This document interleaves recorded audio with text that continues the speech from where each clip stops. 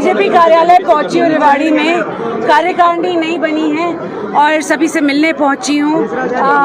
सबको क्योंकि भाई तीज का भी त्यौहार आ रहा है तो तीज सबको विश करने आई हूँ और बस बेसिकली आज अपने लोगों के बीच आई हूँ। बस बातचीत इतनी तक ही है। हाँ जी मैडम, रेवाड़ी आप स्वास्थ्य मंत्री हो, रेवाड़ी का स्वास्थ्य बहुत खराब है। दो लोग बोल रहे हैं जी एक साथ। रेवाड़ी 258 से 490 रैंक पे आया है। फिर से बोले। रेवाड़ी का स्वास्थ्य इतना खराब है कि 258 से 490 रैंक पे आया है। इसको लेकर क्या कहना चाहोगे? सफाई के मामले में जो रैंक गिरा है जी, स्वास्थ्य के मामले में नहीं, सफाई में नहीं, सफाई और सुनो ये ट्राई मत करो मेरे साथ। हाँ तो सच बोले तो सच बोलो कि सफाई के लगातार देखो हमारे विधायक जी भी लगे हुए हैं सफाई के मामले में और हर चीज को थोड़ा वक्त लगता है और हम चाहते हैं कि रेवाड़ी नंबर 1 पे पहुंचे। और ये वक्त भी ऐसा है कि बरसात का है तो सारा गंदगी और बढ़ती रहती है, मगर हम आने वाले वक्त में आप देखेंगे हमने ना ही सड़कों का पे काम करना है, हमने सीवर पे काम करना है और ये बहुत सारी चीज़ें हैं जो रेवाड़ी की आवश्यकता है। वो अगले साल आपको इससे कहीं ज़्यादा सुधार दिखेगा। ये है सफाई की बात। जहाँ तक स्वास्थ्य की बात आती है जो अलग है क्योंकि आप मेरे जोड़ रहे हैं मेरे डिपार्टमेंट से, वो गलत बात है, वो ऐसी बात होनी नहीं चाहिए। मेरा डिपार्टमेंट जी मैं पूरी कोशिश कर रही हूँ अपने डिपार्टमेंट को लेकर जो बेहतरीन स्वास्थ्य सुविधाएं हैं पूरे हरियाणा में।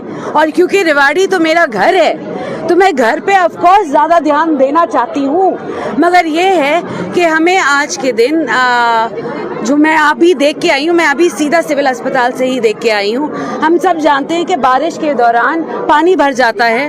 पिछली बारी 1 महीने पहले पानी इतना सारा भर गया था कि हमारा को बिजली ऑफ करनी पड़ी। जनरेटर तक की जो सुविधाएं थी वो भी उसी पैनल से निकलती थी, तो वो उस पैनल से निकाल के हमने जनरेटर की सुविधाएं पब्लिक हेल्थ के हाथों और PWD इलेक्ट्रिक के हाथों, क्योंकि हमारे जो कमिश्नर साहब हैं पब्लिक हेल्थ के वो भी रेवाड़ी इंचार्ज हैं, तो हम दोनों इसको देख रहे हैं कि हम जल्द से जल्द सिविल अस्पताल में बेहतरीन से बेहतरीन सेवाएं और सफाई दोनों कैसे ला सकते हैं। अभय सिंह का बयान आया है, उन्होंने के 5 विधानसभा में विपक्षी दलों के साथ चुनाव लड़कर जीतने वाले वो कह रहे हैं कि हमने सरकार बनाई है। नागर चौधरी ने हवा बनाई है।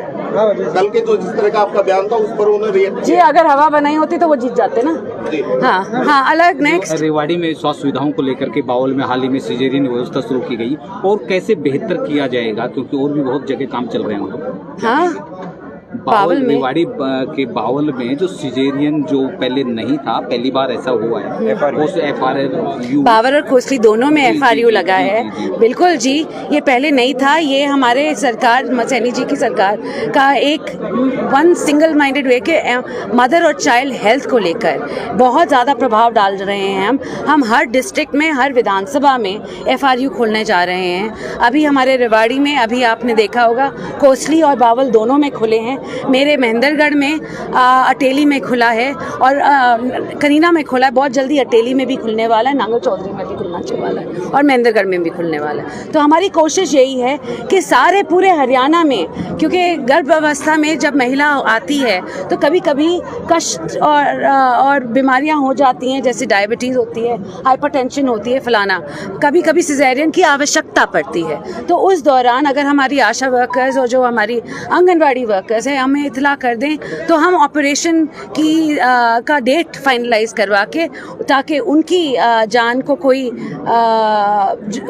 कोई भी प्रॉब्लम ना हो, हम उनका ऑपरेशन करवाएं और बच्चा और जच्चा दोनों स्वस्थ। 200 बेड के अस्पताल की गुड न्यूज कब मिलेगी? 200 बेड के अस्पताल की गुड न्यूज कब मिलेगी? जी बहुत धरने पर हैं। देखिए सबसे बड़ी बात तो है कि आपने धरने की बात पूछी है।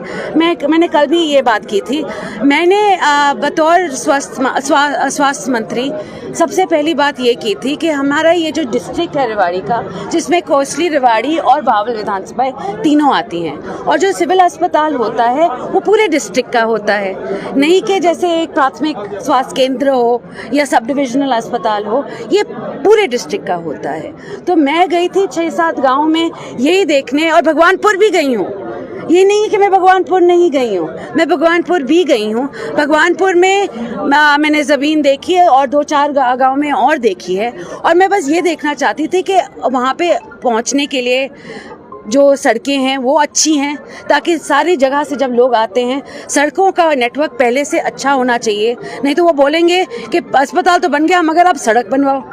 अगर अच्छी सड़क पहले से मिल जाती है तो वहाँ पे आने जाने की अवस्था अच्छी हो जाती है, एम्बुलेंस की आने जाने की होती है। सेकेंडली, लो लाइन नहीं होना चाहिए, लो लाइन नहीं होना चाहिए, क्योंकि जो प्रॉब्लम हम अभी फेस कर रहे हैं फिर बात बतौर आगे ना करना पड़े। तो ये 2-4 चीज़ें हैं जो हमारे हम हॉस्पिटल और जो हेल्थ कोड के अकॉर्डिंग है, पॉलिसी के अकॉर्डिंग है, वही चल रहे हैं। हमने कोई डिसीजन नहीं लिया था। तो भगवानपुर वालों से मेरी बस आज के दिन यही रिक्वेस्ट है कि ना हमने कोई डिसीजन लिया, आप धरने पे बैठ के जैसे मैंने कहीं बना दिया हो अस्पताल, और जहाँ मैंने कोई पेपर वर्क आज तक किया ही नहीं, मैंने बस आरक्षण किया था कि कहाँ कहाँ बन सकते हैं, इतनी बात तक गई थी। उनका एक आरोप है धन्यवाद। हाँ, बस मेरी बस यही बात है। और हाँ,